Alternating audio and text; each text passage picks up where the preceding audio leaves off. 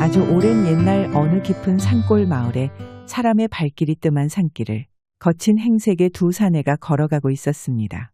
두 사내는 하고 있는 행색으로 보아 평범한 농사꾼이나 행인으로는 보이지 않았는데 그들이 나누는 대화 역시 예사롭지 않았습니다. 막내야, 오늘 이 형님이 진정한 산적이란 무엇인지 보여줄 테니까 넌 하나도 빠짐없이 똑똑히 봐두거라. 산적이 보기에는 별거 없어 보여도 상당히 신경 써야 할 것이 많단 말이다, 알겠냐? 네, 형님. 두 사람 중 오히려 젊어 보이는 사내가 더 나이 들어 보이는 중년 사내에게 하대를 하고 있었는데 그럼에도 중년으로 보이는 사내는 꼬박꼬박 존칭을 써가며 그에게 예의를 다하고 있었습니다. 여기가 좋겠구만, 봐라. 여기에 땅몸을 숨기고 보고 있으면 앞이 훤히 보이지 않느냐. 자리를 잡고 지나가는 사람들을 살피는 거지. 그리고 그 중에 우리의 영업이 통할 만한 사람을 고르면 되는 것이야. 알겠냐? 예, 잘 알겠습니다. 그럼 너는 한눈 팔지 말고 여기서 한 사람이라도 지나간다 싶으면 곧바로 나한테 알리거라. 나는 어제 무리를 했더니 좀 쉬고 있을 테니까. 예, 저 혼자 보고 있으라고요. 그럼 너 혼자 보지 나까지 두 눈 치켜뜨고 같이 볼까나? 왜 꼬우냐? 꼬우면 네가 형님 하던가. 아닙니다, 형님. 말을 마친 젊은 사내가 자리에 누워 눈을 감고 얼마 안가 코까지 골아가며 잠이 들자 중년 사내는 그런 그를 보고 인상을 찡그리며 혼잣말로 중얼거렸습니다.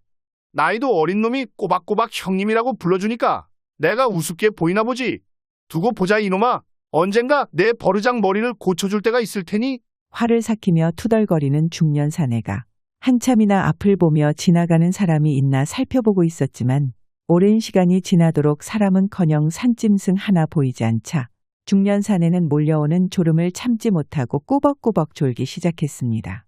얼마 지나 먼저 누웠던 젊은 사내가 하품을 하며 일어나더니 졸고 있는 사내를 보고는 인상을 험악하게 찡그리며 그에게 다가가 속삭였습니다. 불이야. 젊은 사내가 귀에다 대고 속삭이는데도 중년 사내가 잠에서 깨지 못하자 이번에는 있는 힘을 다해 고함을 질렀습니다. 불이 났다고, 불! 아이고, 어디 불이 어디 났어요? 여기 났다, 여기. 너 때문에 내 속에서 열불이 난다. 열불이 나, 이놈아. 그제야 상황을 파악한 중년 사내가 고개를 숙이고 멋쩍은 표정을 짓자 젊은 사내는 그런 그를 보고 혀를 차며 말했습니다. 막내라는 게 이렇게 빠져서야 앞으로 어떻게 훌륭한 산적이 되겠다는 거야. 넌 내가 막내 때 어땠는 줄 알고는 있냐? 젊은 사내가 한바탕 잔소리를 쏟아내는 와중에 중년 사내가 무언가를 보고 눈을 동그랗게 뜨고 그에게 소리쳤습니다. 손님 옵니다, 형님. 갑자기 손님은 뭔 손님이야? 중년 사내가 소리치며 손가락으로 앞을 가리키자 정말로 산길 저편에서 누군가가 짐을 짊어지고 산길을 올라오는 것이 보였습니다. 오라, 진짜로 손님이 오시는구나. 너무 늦지 않게 계시는 하겠구만. 준비해라, 막내야. 준비요? 무슨 준비요? 에이, 영업 준비지 무슨 준비겠냐. 이렇게 눈치가 없어서야. 어떻게 치열한 산생활을 하려는 게야? 한바탕 핀잔을 늘어놓은 젊은 사내가 거드름을 피우며 앞으로 나가자 그 뒤를 중년인이 쭈뼛거리며 따라붙었습니다.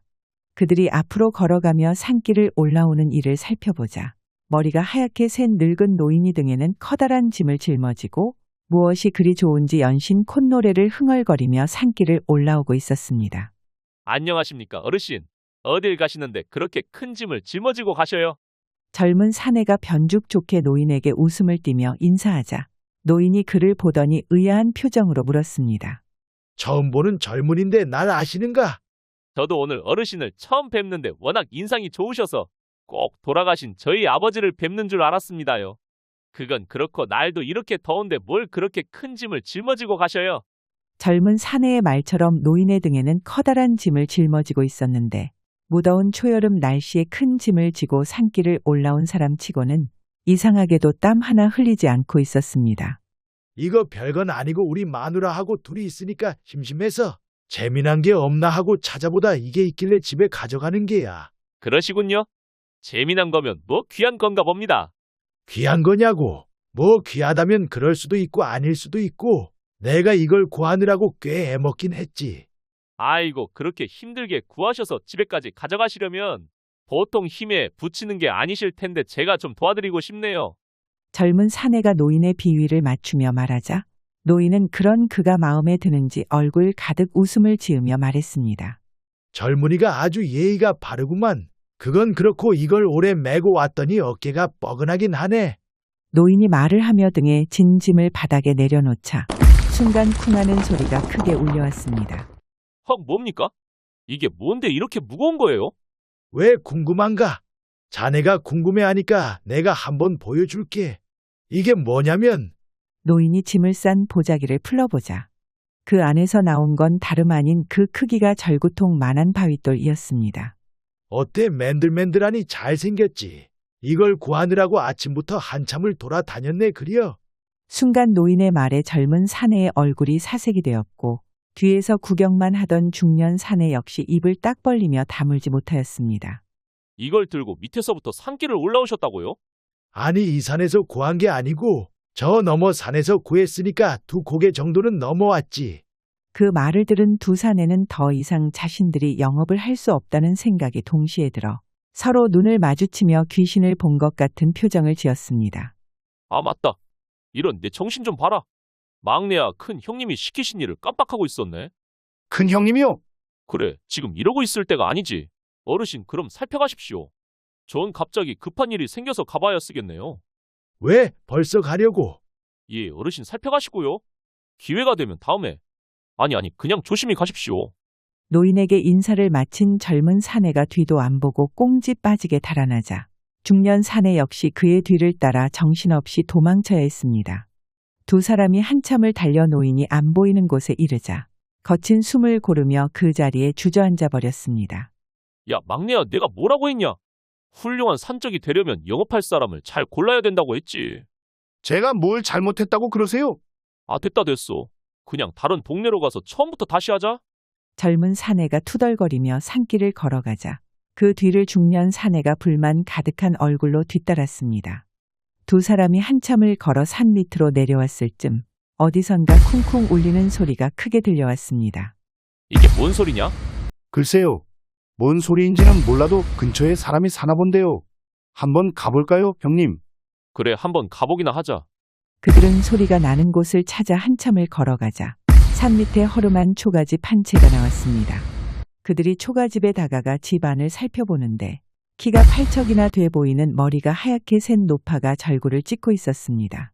이 노파를 본 젊은 사내는 왠지 모를 꺼름직한 기분이 들었지만 이제 산채에 갓 들어온 막내가 보고 있는지라 아까의 일처럼 더 이상 자신의 위신을 까먹을 수 없다 생각해 용기를 내 앞장섰습니다. 내가 안으로 들어가 한번 살펴볼 테니까 너는 여기서 누가 오나 망이나 보고 있어라. 저기 형님 그냥 가는 게 낫지 않을까요? 중년 사내 역시 본능적으로 무엇인가 느꼈는지 두려운 표정으로 자신의 고참인 젊은 사내를 말렸지만 그는 그 말을 무시하고 큰 소리치며 앞으로 나섰습니다. 이렇게 겁이 많아서야 어디 산적이 되겠다고. 잠자코 내가 어떻게 하는지 잘 보고 있거라. 그가 큰 소리를 치자 그 소리를 들은 노파가 그들이 숨어있는 곳을 보며 소리쳤습니다. 거기 누구 오셨소? 그 소리에 젊은 사내가 더는 숨어있을 수가 없어 얼굴빛을 싹 바꾸고 집 안으로 들어서며 말하였습니다. 안녕하십니까. 지나가는 객인데 주변에 주막이 없어 아침부터 끼니를 챙기지 못하였습니다. 초면에 실례가 안 된다면 한 끼만이라도 얻어 먹을 수 있을까 해서 이렇게 찾아뵙게 되었습니다. 그러시우 그런데 혼자 오셨소? 아까 두런두런 말소리가 들리는 것 같은데. 제가 원래 혼잣말을 잘합니다. 속이 비어 더 중얼중얼 거렸나 봅니다. 그러시구려. 그나저나 지금 당장 밥이 한 톨도 없는데 이걸 어쩌나. 우리 영감이 있으면 영감한테 시키면 되는데 영감도 없고 혹시 도끼질 좀 할 줄 아시오? 도끼질이요? 노파의 말에 젊은 사내가 눈을 크게 뜨고 물으니 노파는 구석으로 가 한쪽에 세워져 있던 도끼를 들어 그에게 건네며 말했습니다. 밥을 하려면 땔감이 필요하니 여기 뒷산에 올라가서 나무나 좀 해오시오. 보다시피 내가 지금 할 일이 많아서 젊은이도 좀 도와야겠어. 아, 예? 그렇게 하지요. 순간 노파에게 도끼를 건네받은 젊은 사내는 그 무게를 감당하지 못하고 자신도 모르게 놓쳐버리고 말았는데 그 모습을 본 노파가 혀를 차며 나무랐습니다. 아이고 젊은 사람이 이렇게 힘이 없어서 뭐 해먹고 살려고 그러오. 보아하니 몸으로 먹고 살 팔자 같은데. 뭔 놈의 도끼가 이렇게 무거운 것이야.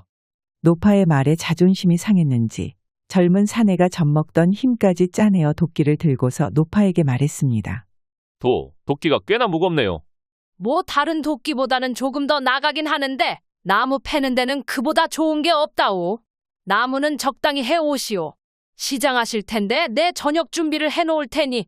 예, 젊은 사내가 어두워진 낯빛으로 도끼를 들고 비틀거리며 집 밖으로 나가자 밖에 있던 중년 사내가 숨어있다 다가와 말했습니다. 형님 어떠셨어요? 근데 도끼는 왜 들고 오신 거예요?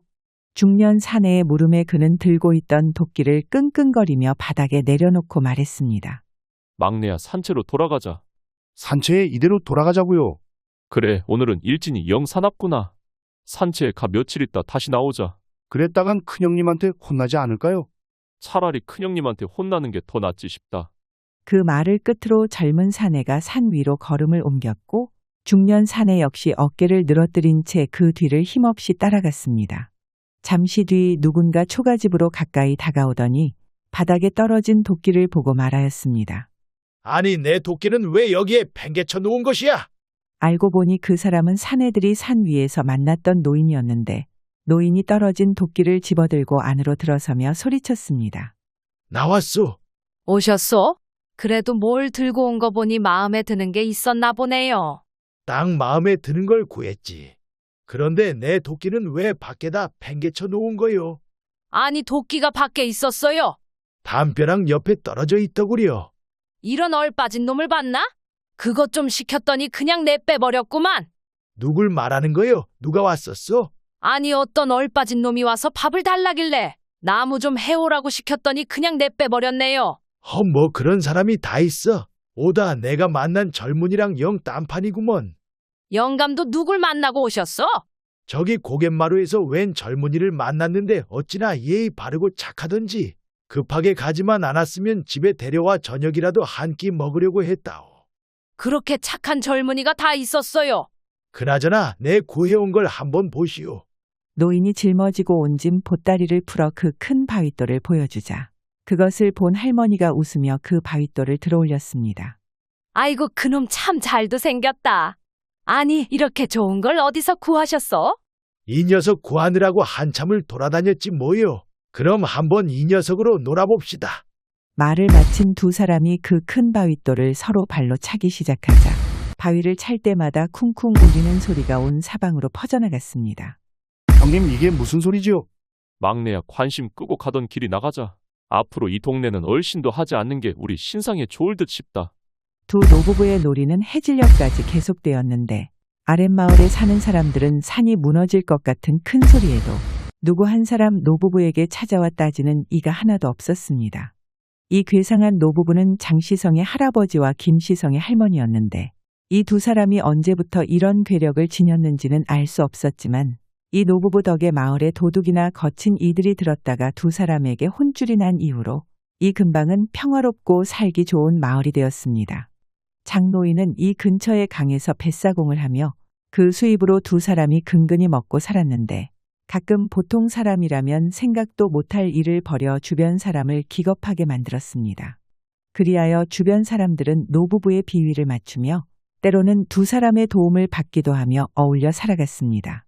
다음 날 아침 일찍 장노인은 강에 나와 시간을 보내다 하늘에 잔뜩 낀 먹구름을 보고 중얼거렸습니다.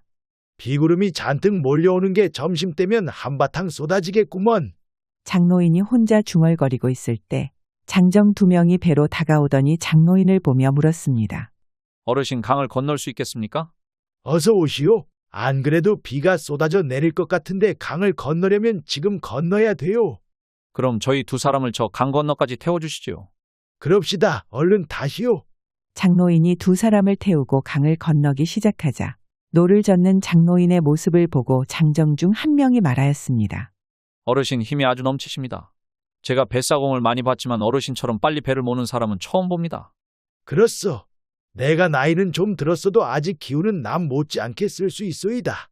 그건 그렇고 젊은이들은 어딜 가는 길이오? 저희는 여기저기 다니며 품을 팔아먹고 사는데 진주에 가서 성을 쌓는 일을 해보려고 가는 길입니다. 일이 곧해서 그렇지 품삯을 곱절로 쳐준다길래 가는 길입니다. 진주에 성을 쌓는다는 게요.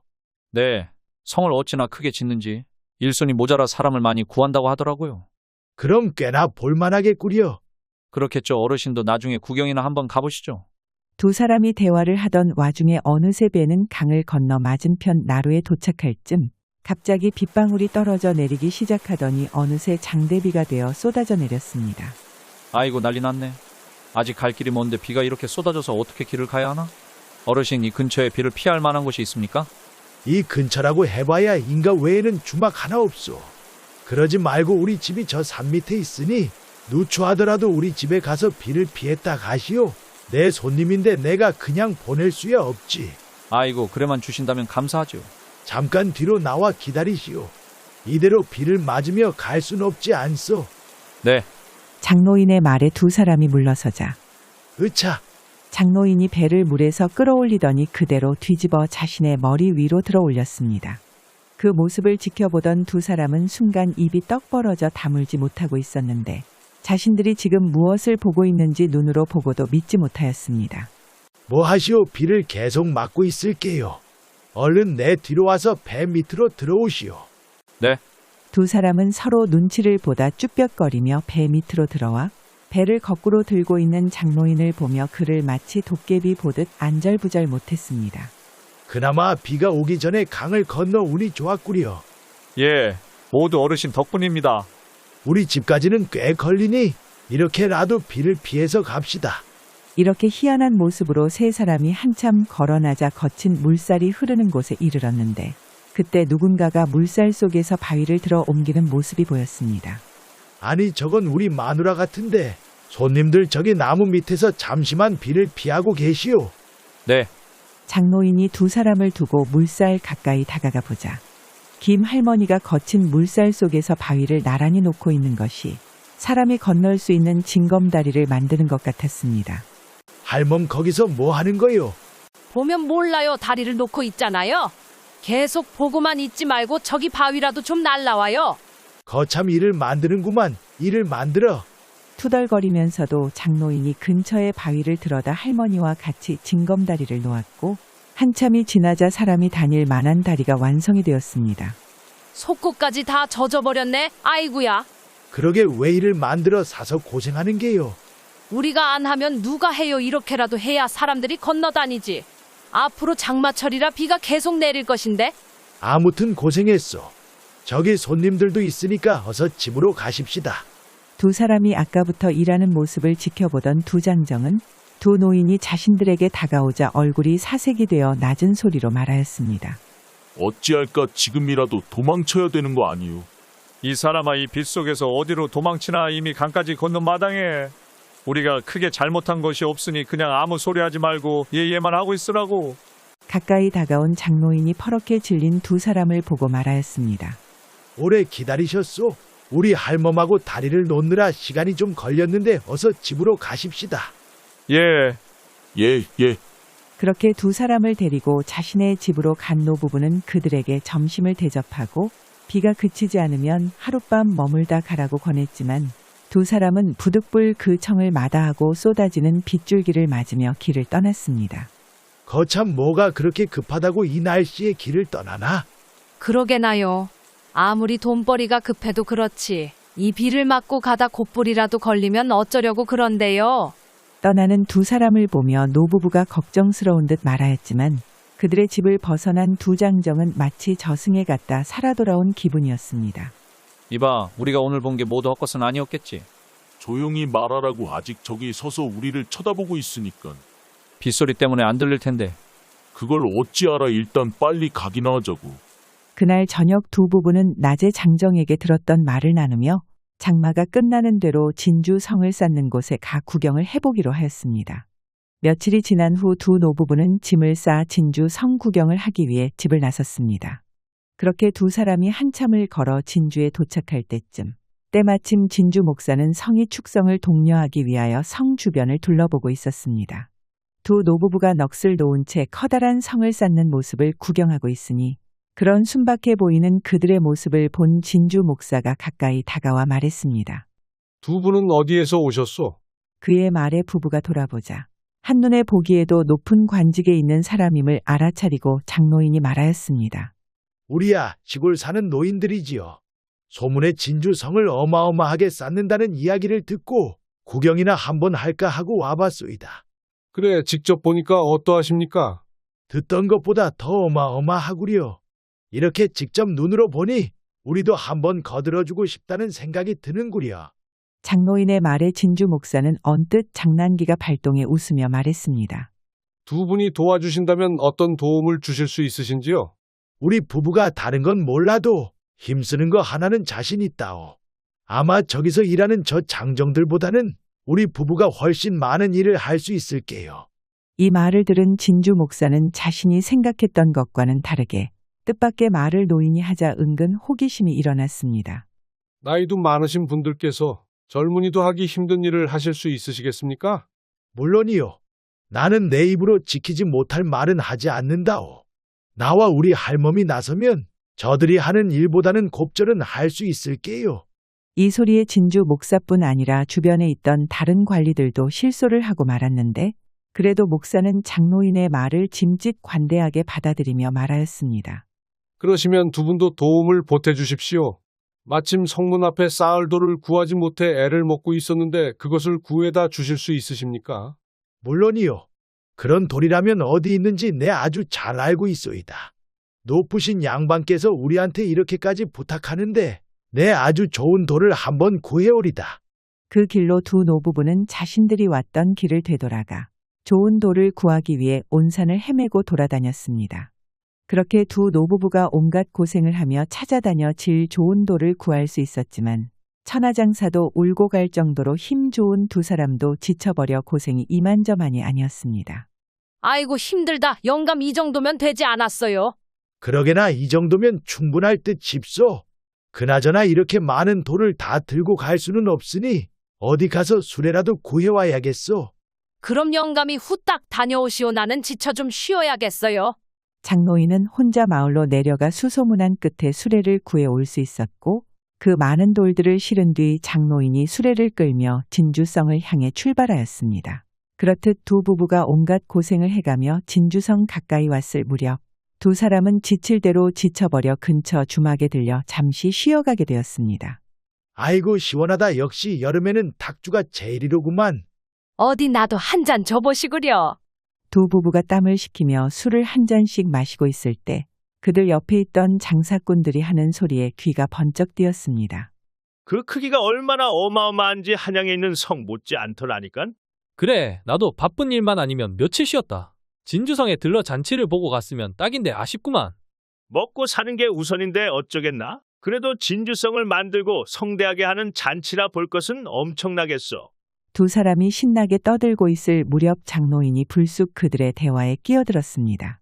그게 무슨 소리요? 진주성에서 잔치를 벌인다니? 아이고 깜짝이야. 영감님 놀랬지 않소? 아까 한 이야기가 사실이요. 뭔 얘기요? 진주성에서 잔치를 벌인다는 말이요. 진주성에서 갑자기 무슨 잔치를 연다는 거요? 그야 진주성을 다 쌓았으니 기념으로다가 진주 목사가 성대하게 잔치를 벌이는 거지요. 뭐요? 언제 진주성을 다 쌓았다는 것이오? 옆에서 듣고 있던 김 할머니까지 성을 내며 다가서자 두 장사꾼은 삽시간에 얼음이 돼 술이 확 깨는 듯 싶었습니다. 이 작자들이 우리를 갖고 놀아. 내 이것들을 가만히 두나 봐라. 평소 사람 좋기만 할 것 같은 장로인이 화를 내며 당장이라도 진주성으로 쳐들어갈 듯 하자 옆에서 한 소리 한 김 할머니는 안 되겠다는 듯 남편을 붙잡았습니다. 영감 참으시오. 아무리 그래도 거기 가서 사고를 쳤다가 뒷감당을 어떻게 하려고 그러시오. 우리가 저걸 구하느라 얼마나 고생했는데. 한참 화를 쏟아내던 장로인이 자신이 끌고 온 수레를 보더니 그 앞으로 걸어가 있는 힘을 다해 수레를 뒤집어버려 그 많은 돌들이 우르르 쏟아져 내렸습니다. 그러고도 화가 풀리지 않았는지 그 중에 가장 커 보이는 바윗돌을 번쩍 들어다 길 가장자리 바닥에 그대로 꽂아버렸습니다. 쿵! 지축을 울리는 소리에 주막에 있던 사람들은 모두 얼이 빠져 찍소리도 내지 못하였고 그대로 자리에 주저앉아 버렸습니다. 할멈 갑시다. 여기 더 있다가는 화가 나 무슨 일을 벌일지 모르겠소. 아휴 가요가 한동안 저 성질 머리 안 나오더니 공연이 나라 일에 끼어들어가지고. 분에 차 씩씩거리며 장로인이 집으로 향하자 김 할머니 역시 투덜거리며 그 뒤를 쫓아가 버렸고 두 사람이 쏟아낸 바윗돌들이 길 한복판을 가득 메우고 있었지만 누구도 치울 엄두를 내지 못하였습니다. 한참이 지나서야 많은 사람들이 동원돼 돌들을 치울 수 있었고 장로인이 바닥에 꼽아놓은 바위돌은 아무리 뽑으려고 해도 뽑을 수 없자 그대로 남겨둔 후 글자를 새겨 넣어 이정표로 사용하게 되었습니다. 두 부부는 이후로 집으로 돌아간 뒤 한동안 마음이 풀리지 않아 집안에서 두문불출하다 얼마의 시간이 지난 뒤에는 이전처럼 건강하고 활기차게 살아갔다고 합니다. 영상 시청해 주셔서 감사드리고 재미있게 보셨다면 좋아요, 구독 부탁드립니다.